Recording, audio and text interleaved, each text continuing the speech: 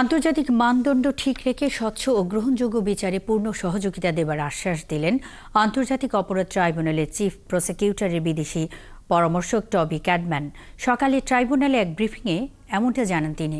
Cadman বলেন, পতিত আওয়ামী সরকার প্রধান শেখ হাসিনাকে জুলাই আগস্ট গণহত্যার দায়ে বিচারের মুখোমুখি দাঁড় করাতে চায় ট্রাইব্যুনাল। ফলে গণতান্ত্রিক দেশ হিসেবে ভারতের উচিত হবে আইন ও চুক্তি মেনে তাকে বাংলাদেশে ফেরত দেয়া।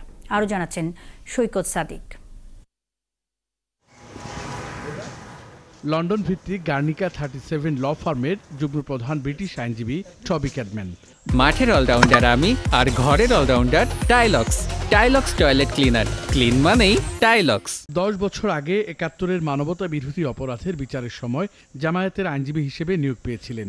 তবে সেবার শেখ হাসিনার সরকারের বাধার মুখে পড়লেও এবার তিনি এসেছেন জুলাই আগস্ট গণহত্যার প্রধান আসামি সেই শেখ হাসিনারই বিচার প্রক্রিয়ার পরামর্শক হিসাবে।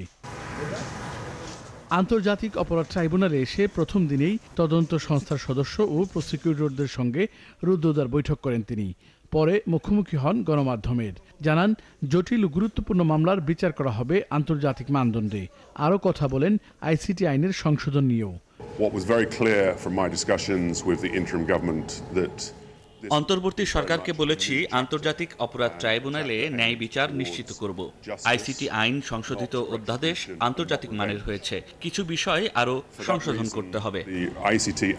গণহত্যা মামলার আসামি শেখ হাসিনাকে ফেরত দেওয়ার ব্যাপারে ভারতের কি ভূমিকা রাখা উচিত সেই বিষয়েও সাংবাদিকদের প্রশ্নের জবাব দেন টবি ক্যাডম্যান।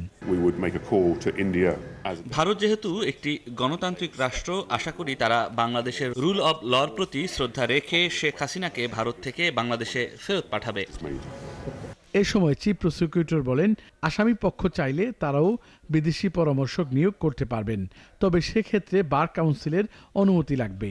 তিনি এটা বলেছেন যে মৃত্যুদণ্ড থাকলে যে সমস্ত রাষ্ট্র এক্সট্রাডাইট করতে চান না, সেই সমস্ত রাষ্ট্রের ব্যাপারে বলেছেন যে তারা বাংলাদেশের বাস্তবতাটা আলাদা, বাংলাদেশের বাস্তবতায় এইখানে এই মামলার ব্যাপারে যে মৃত্যুদণ্ডের বিধান আছে এটার ব্যাপারে ডিসিশন নেওয়ার ক্ষমতা হচ্ছে আদালতের। আদালত ঠিক করবেন যে মৃত্যুদণ্ড দেওয়া হবে কি হবে না। গণহত্যার দায়ে ভারতে পালিয়ে থাকা শেখ হাসিনা সহ তার সরকারের মন্ত্রী, এমপি, উপদেষ্টা ও আইনশৃঙ্খলা বাহিনীর তৎকালীন অনেক সদস্যদের বিরুদ্ধে বিচার কাজ চলছে আন্তর্জাতিক অপরাধ ট্রাইব্যুনালে।